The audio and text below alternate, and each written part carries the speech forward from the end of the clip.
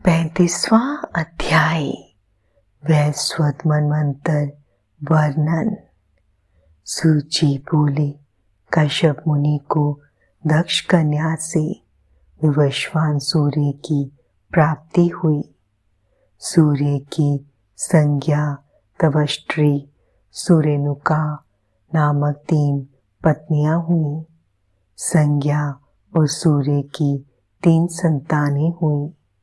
श्राद्धदेव मनु और प्रजापति यम। यम के साथ यमुना कन्या के रूप में पैदा हुई। उस समय संज्ञा सूर्य के तेज को सहन न कर सकी। अपनी माया रूपी छाया प्रकट कर उसे अपनी 3 संतानों का पालन पोषण करने की आज्ञा देकर संज्ञा अपने पिता के घर चली गई। उसके पिता ने उसे इस प्रकार आया देखकर धिक्कारा तो संज्ञा वहां से वापस आ गई। घोड़ी का वेश धारण करके वे कुरु देशों का भ्रमण करने लगी। इधर सूर्य ने संज्ञा की छाया को ही अपनी पत्नी माना। उससे उन्हें सावर्णी मनु नामक पुत्र प्राप्त हुआ। छाया को अपने पुत्र से अधिक प्यार था। वह संज्ञा की संतानों का सही से ध्यान नहीं रखती थी। एक दिन यम को किसी बात पर क्रोध आ गया और उसने छाया को लात मार दी।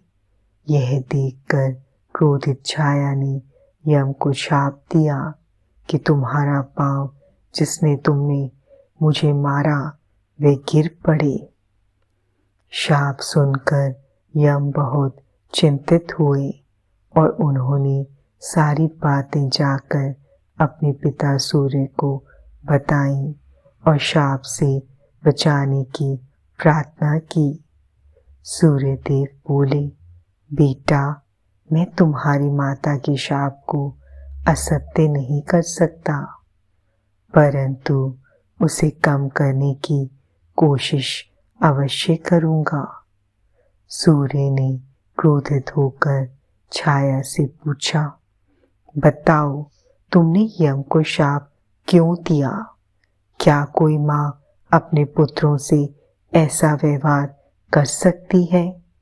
तुम्हारा सबसे छोटे पुत्र से विशेष स्नेह है। अन्य सभी को तुम सदा डांटती रहती हो, ऐसा क्यों? इस प्रकार क्रोधित सूर्य के वचन सुनकर घबराई हुई छाया ने सारी बातें सच सच बता दी। फिर छाया ने सूर्य को शनि चक्र पर चढ़ाकर उनका तेज कम कर दिया।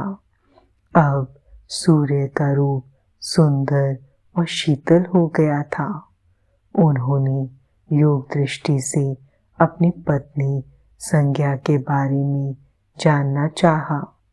तब उन्हें ज्ञात हुआ कि संज्ञा घोड़ी के रूप में है। तब सूर्य उसके पास पहुंचे। अपनी पत्नी को वापस पाकर वे बहुत प्रसन्न हुए। संज्ञा भी उन्हें पाकर बहुत खुश हुई। उनके मिलन से वैद्य अश्वनी कुमार की उत्पत्ति हुई। तत्पश्चात खुशी खुशी संज्ञा और सूर्य अपने घर लौट आए। यमराज धर्मपूर्वक प्रजा का पालन करने लगे और धर्मराज कहलाए।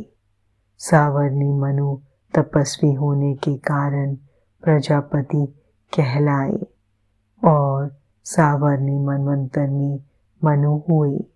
यमुना सूर्य की सबसे छोटी कन्या यमलोक को पवित्र करके बहती हुई नदी हुई।